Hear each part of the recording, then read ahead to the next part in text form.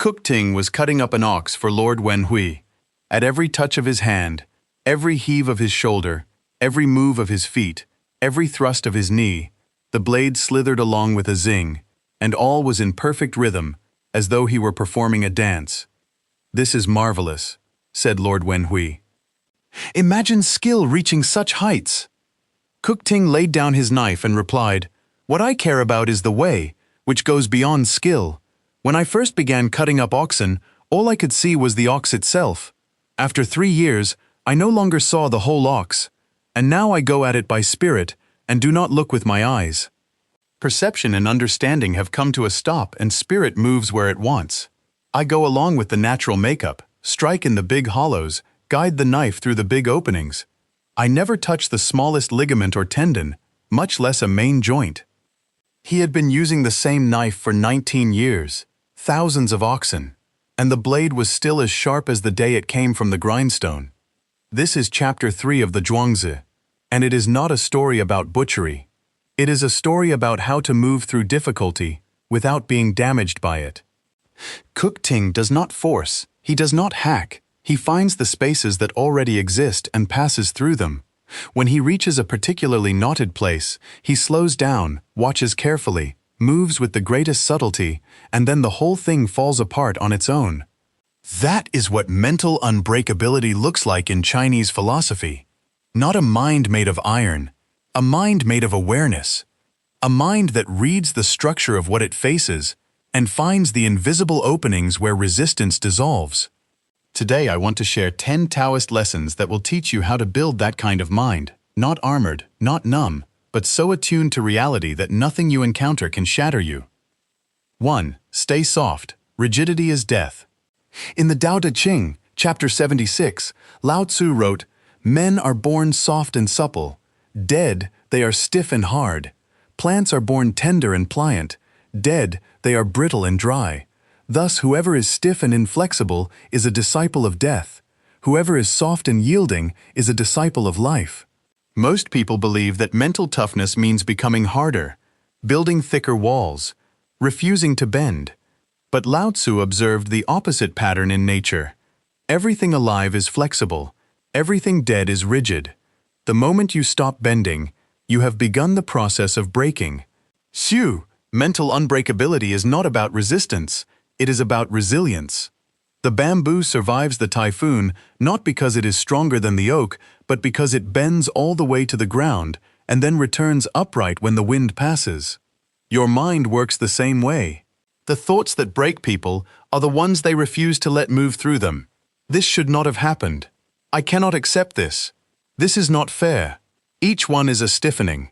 Each one turns living tissue into dead wood.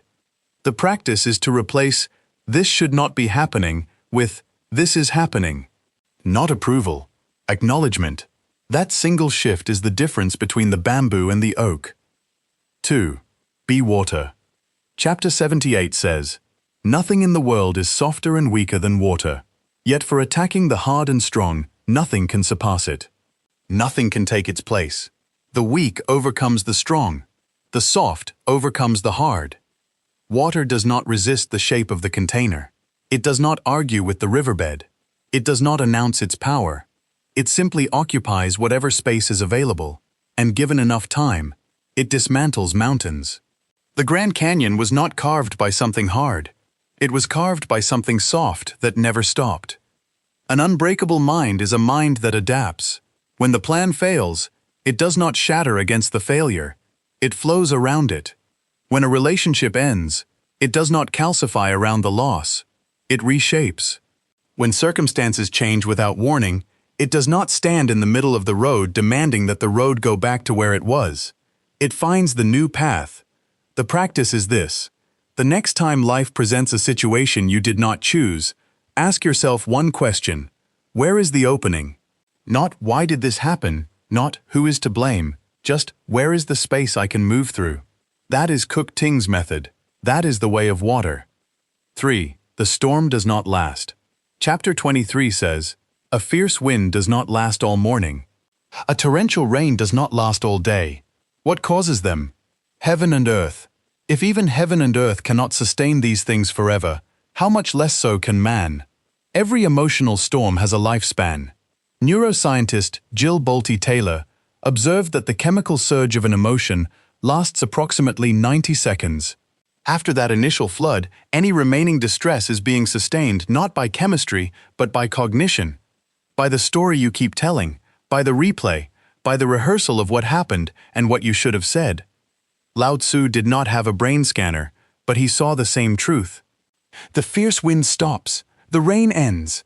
The only thing that can extend a storm past its natural life is you, standing in the clearing, narrating the thunder back into existence. An unbreakable mind does not prevent storms, it lets them pass. It does not add a second hour of suffering to a 90-second event. 4. Return to the root. Chapter 16 says, returning to the root is stillness. Stillness is returning to destiny. Returning to destiny is the eternal. To know the eternal is to be enlightened. Not to know the eternal is to act blindly, and blindly you will come to harm. The root is the part of you that existed before the opinion, before the insult, before the crisis. It is the awareness beneath the noise. Most people live entirely on the surface. They are their job title, their relationship status, their last argument, their most recent failure. When any of those things is disturbed, they feel as though they themselves are falling apart. But you are not the surface. You are the root. The surface changes with every season. The root remains. The practice is this. When you feel destabilized, sit in silence for 5 minutes and ask, what is still true about me that was true before this happened? Your kindness is still true. Your ability to think is still true. Your capacity to begin again is still true. You have not lost yourself. You have lost sight of the root. Return to it. 5. Find the spaces in the joints. Cook Ting said, there are spaces between the joints, and the blade of the knife has really no thickness. If you insert what has no thickness into such spaces, then there is plenty of room, more than enough for the blade to play about in. Most problems feel solid, impenetrable, a wall with no door. But Cook Ting's lesson is that no structure is truly solid. There are always gaps. There are always seams. The unbreakable mind does not stare at the wall and declare defeat. It runs its fingers along the surface until it finds the crack. This is not optimism. This is perception. Optimism says, things will get better. Taoist awareness says, there is a space here that I have not yet seen. One is a wish, the other is a method. When you face a problem that feels impossible, slow down. Stop trying to force through the bone. Look for the joint. Look for the place where the difficulty is thinnest, where the structure naturally separates. That is where your energy belongs. 6. Not against the hardest part, but through the softest. 6. Do not chase what cannot be held. Chapter 44 asks, fame or self, which matters more? Self or wealth, which is more precious? Gain or loss, which is more painful? He who is attached to things will suffer much. He who hoards will suffer heavy loss. Know when to stop, and you will be free from danger. The unbreakable mind is not a mind that has everything. It is a mind that has released its grip on what was never secure. Suffering comes from clinging. Clinging to outcomes. Clinging to how people should treat you. Clinging to a version of your life that reality has already revised. Lao Tzu is not telling you to want nothing. He is telling you to notice the cost of wanting too much. Every attachment is a vulnerability. The more things you need in order to be whole, the more ways you can be broken. Reduce the conditions for your peace, and you reduce the points of entry for your suffering. 7. Wait while the mud settles. Chapter 15 describes the ancient masters. Watchful, like men crossing a winter stream. Alert, like men aware of danger. Courteous, like visiting guests. Yielding, like ice about to melt. Simple, like uncarved blocks of wood. Hollow, like caves. Opaque, like muddy pools. Su, and then Lao Tzu asks, who can wait quietly while the mud settles? Who can remain still until the moment of action? This is a lesson about patience under pressure. When you are shaken, when your mind is turbulent, the worst thing you can do is act immediately. A muddy pool does not become clear by stirring it. It becomes clear by being left alone. Most mistakes are not the result of bad judgment. They are the result of premature judgment. You react before the mud has settled. You speak before you can see. You make a decision while the water is still cloudy, and then you spend months cleaning up the consequences. The unbreakable mind has the discipline to pause, not because it is passive, but because it knows the difference between stillness and stagnation. Stillness is waiting for clarity. Stagnation is refusing to act once clarity arrives. The ancient masters mastered the gap between the two. 8. Accept the transformation. In chapter 18 of the Zhuangzi, when Zhuangzi's wife died, his friend Huizi found him pounding on a tub and singing. Huizi was horrified. "You lived with her. She raised your children. This is going too far."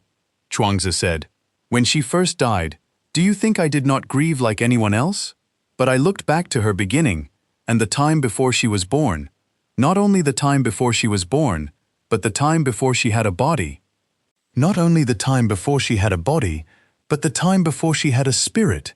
In the midst of wonder and mystery, a change took place, and she had a spirit. Another change, and she had a body. Another change, and she was born. Now there has been another change, and she is dead." It is just like the progression of the 4 seasons. Zhuangzi did not skip grief. He passed through it and arrived at something beyond it.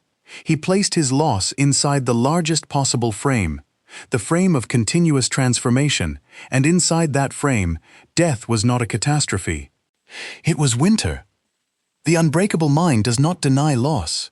It contextualizes it, not to minimize the pain, but to prevent the pain from becoming the entire landscape. You are allowed to grieve. You are not required to let grief become your permanent address. 9. The highest good does not compete. Chapter 8 says, "The highest good is like water. Water gives life to the 10,000 things and does not strive. It flows in places men reject, and so is like the Tao." One of the most corrosive forces against mental strength is comparison. The moment you measure yourself against another person, you have made your peace conditional on their failure or your superiority. That is a war with no end and no winner. Water does not compete with fire. It does not envy the mountain for being tall. It settles into the lowest place, the place everyone else rejects, and from there it nourishes everything. Its power is not diminished by its position. Its position is its power.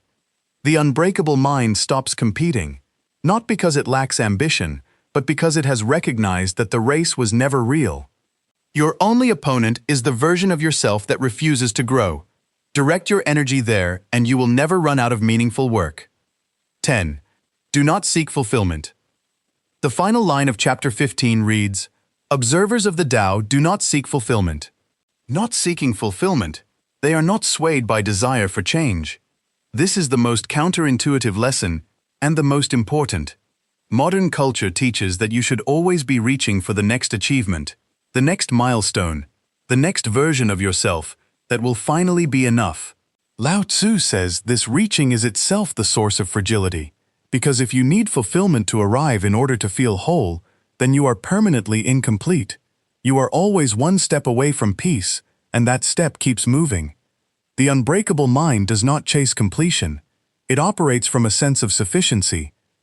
Not that nothing needs to change, but that your wholeness does not depend on the change. You act, you improve, you grow, but you do so from fullness rather than from lack. And when the ground shifts beneath you, as it always will, you do not collapse, because your foundation was never built on the thing that moved. Closing. Kuk Ting used the same knife for 19 years and it was still as sharp as the day it was forged. Not because the knife was made of superior metal, but because Kuk Ting never forced it against the bone. He found the spaces. He moved with the structure. He slowed down at the difficult parts, and he let the blade do what it was designed to do. That is your mind. It was not designed to hack through life. It was designed to read the landscape, find the openings, and pass through. Every time you force, you dull the blade. Every time you stiffen, you move closer to breaking. Every time you insist that reality match your expectations, you are cutting against the bone.